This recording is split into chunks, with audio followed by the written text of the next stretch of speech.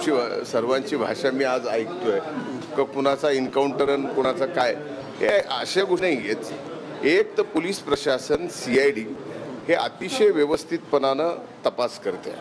आमच्या दृष्टीनं दिवंगत संतोष देशमुखची जी हत्या झालेली आहे आणि ज्यांनी हत्या केलेली आहे त्यांना फास्ट ट्रॅक कोर्टामध्ये नेऊन फासावर चढवणं हा सगळ्यात पहिला आमचा या प्रकरणामध्ये आहे. त्यामुळे कुणी काय बोलावं आणि कुणाचा काय होणार आणि काय नाही याला काही अर्थ नाही. मुळात एक मुळामध्ये या प्रकरणात या ठिकाणी फास्ट ट्रॅकमध्ये गेलं पाहिजे ही मागणी मी पहिल्यांदा केली आणि ही नागपूरच्या अधिवेशनात केली.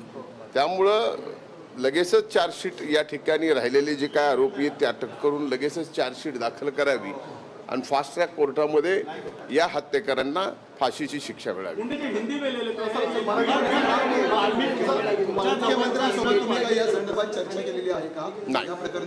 नाही.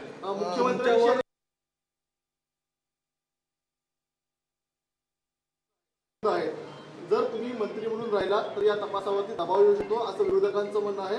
त्यामुळे तुम्हाला मंत्रिमंडळातून बाहेर काढा अशी त्यांची मागणी आहे. या मागणीकडे कसं पाहता? एक लक्षात घ्या, म्हणूनच हा तपास CID कडे दिलेला आहे. हा तपास न्यायालयीन पण होणार आहे.